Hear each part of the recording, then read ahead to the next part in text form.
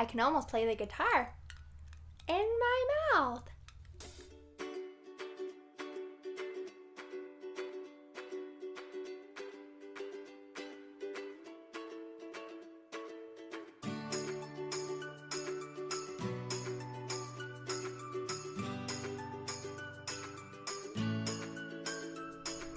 Hey YouTube, it's Christy. Welcome back for my 11-month update on my Damon Insignia braces.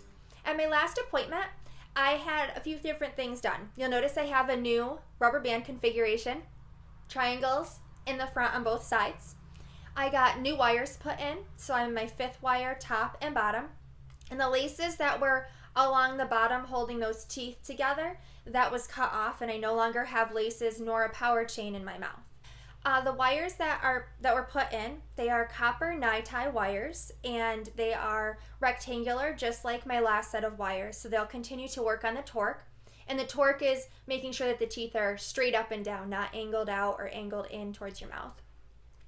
And this wire is the longest wire that I'll have in. This wire stays in for 12 weeks, and its purpose is to permanently set my arch. So once you have that nice arch, then we can go in and do some fine tuning, and then hopefully teeth will be all set and ready to go. The new rubber band configuration that I have in the front, you'll remember from my last videos, I used to have rubber bands connected to the top back molars and then coming down to my front canines on the bottom, and I don't have that going on anymore. Now with these, the purpose is, with my last set of wires, I developed a little bit of an open bite on the side. That means that my top and bottom teeth right over here, they didn't touch. So these rubber bands are meant to pull my upper and lower jaws together so that all of my teeth have contact. And it has closed up that open bite quite a bit. There are still a few spaces that I can see in there, and I imagine I'll probably have to wear the same configuration with my next wire change too. With this new rubber band configuration came a few new set of challenges.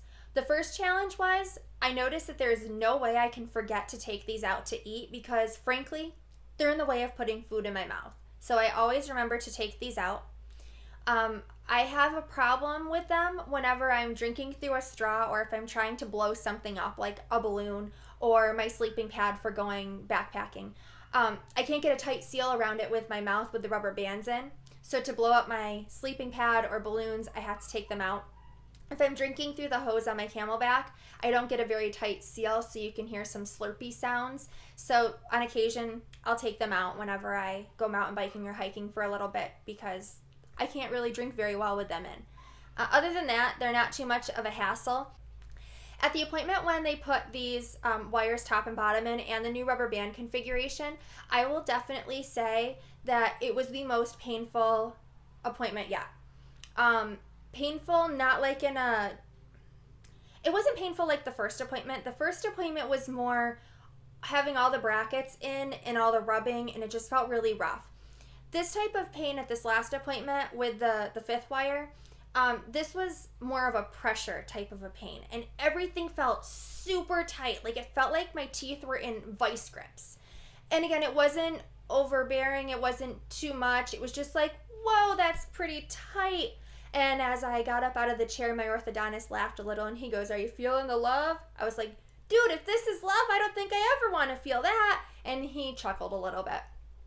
But definitely tight. Only lasted, I'd say, 4 or 5 days, and then the pain was completely gone. I was definitely using ibuprofen for those 4 or 5 days just because of the extreme pressure in my mouth. But again, definitely manageable. And eating wasn't super hard after this wire change. I didn't have that same sensitivity with previous wire changes.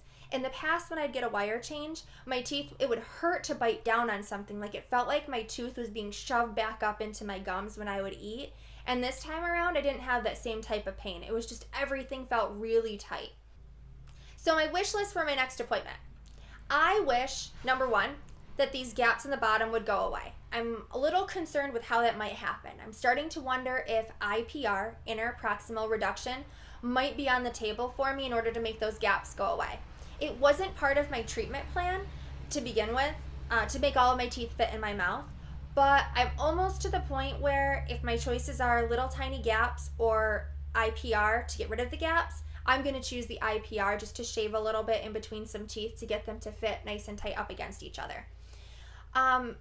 Also on my wish list are for my upper canines to finish rotating. And I'm starting to wonder, maybe I'll need springs put in to push some teeth apart, have those canines rotate, and then take the springs out so the teeth can come back up alongside of those.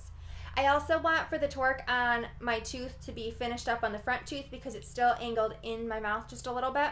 And I want that bad boy to be right out there, front and center where it's supposed to be. So I'm hoping for that. I would also love to not wear triangle rubber bands anymore. Even though they're not that big of a hassle, it would just be totally awesome not to have them, because for the first time ever, I really feel like I am now getting the full braces experience with having rubber bands right in the front of my mouth. I had a question on my last video, and somebody asked me to take pictures of my back molars, and unfortunately, I don't have a camera that fits in my mouth well enough to get a picture of the very back of my mouth. I'm not sure why they wanted to see that. If it's a question about banding on the back molars, Damon Insignia Braces do not band back molars. Instead, on the back 2 molars, on both sides on the bottom, both sides on the top, the brackets don't open and close on those molars. Instead, the wire slips into those molars, and that's how the wire is anchored to the back molars instead of banding. So I hope that answers that question. If you have any other questions, please leave them down in the comments section and I will address those in my next video. And as always, life's an adventure. Go out and find one. Bye!